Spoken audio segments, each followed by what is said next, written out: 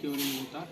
मन भटकता है कुल मिला के, सीधी सी बात है। कोई भी चीज़ हम जब अच्छा काम करते हैं जिसमें हमारा मन नहीं लगता है तो हमारे मन के क्या होती है, विघटन हो जाता है, टूट जाता है और कई चीज़ों में लगता है। विशेष रूप से जब हम पढ़ते हैं तब हमारी ज़्यादा दिक्कत होती है ना। इसके लिए अपन एक प्रैक्टिकल करते हैं, उस प्रैक्टिकल से आपको जीवन का उद्देश्य समझ में आएगा। ठीक है, जाओ उस लैब में, वहाँ रखा हो एक उत्तल दर्पण लेके आओ। दूर है बताइए अपन को, है ना, लेकिन हम उसे देख सकते हैं क्या? आँखों से नहीं देख सकते। अभी सूरज की किरणें आ रही हैं, हमें धूप लग रही है ना। अब इसकी किरणों में कितनी ऊर्जा है, ये पूरी ऊर्जा जो है सूरज की किरणों से बटी हुई है।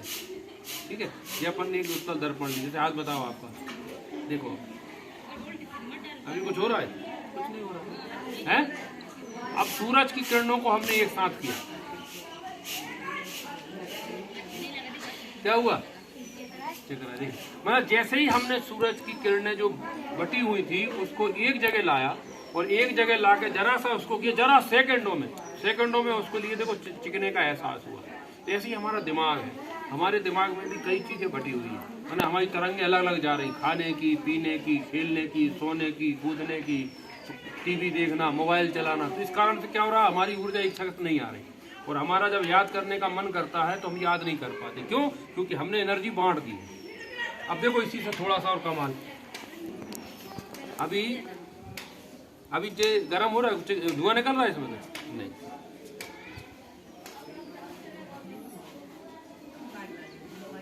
देखो जरा पास में लाओ जरा, देखो अभी क्या हो रहा है, जरा देखो क्या हो रहा है, लग गई आगी। देखो आप, ये देखो, ये केंद्र बिंदु है।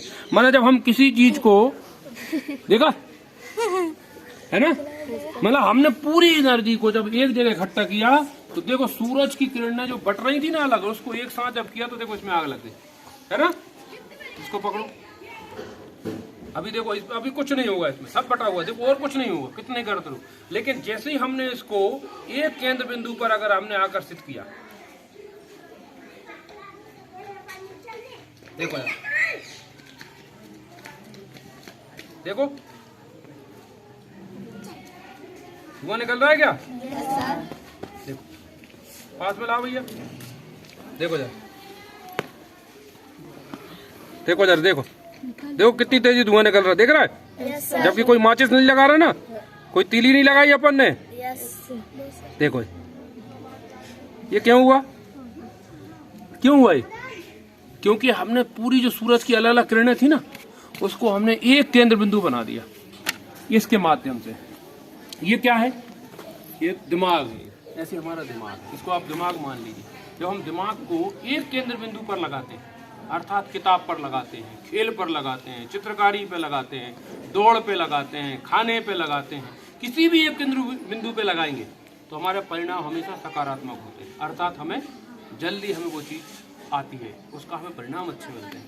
तो जैसे पढ़ने पे जब आप लगाओ इस तरीके से, समझ में आ गई? तो अपने दिमाग को आप उत्तल दर्पण मान के सारी चीज़ें जो दाएं बाएं चल रही थी वो सबको हटा दो और एक ही चीज़ ध्यान रखो कि मुझे सिर्फ जो किताब आपने हिंदी खोली है, अंग्रेजी खोली है या विज्ञान, जो भी आप पढ़ रहे हैं वही मेरे लिए प्राथमिकता है। हिंदी है तो हिंदी ही पढ़ना है मुझे, अंग्रेजी है तो मैं अंग्रेजी ही पढ़ूंगा। पूरी एक एनर्जी और एक केंद्र बिंदु के साथ यदि आप पढ़ते हो तो आपको याद जरूर होता है। याद तब नहीं होता जब हम मन भटका देते हैं, अलग अलग किरणों में बांट देंगे तो कुछ नहीं होना। अभी कितने ही आप सूरज में बैठे रहो, आप बिल्कुल नहीं जलोगे, लेकिन जरा सी इसके केंद्र बिंदु में अपन लेके आए और थोड़ा सा हमने इसको एक केंद्र बिंदु बनाकर थोड़ा ऊपर नीचे किया तो आपको तुरंत में सेकंडों में आग लग जाएगी, सेकंडों में जो चमड़ी जला देगी। मैंने पूरी किरणों को इकट्ठा कर लिया हमने। वैसे हमारे जो माइंड डाइवर्ट हो रहा है आपका, बहुत सी चीजों में बटा है, उसको एक ही केंद्र बिंदु पे लगाना है।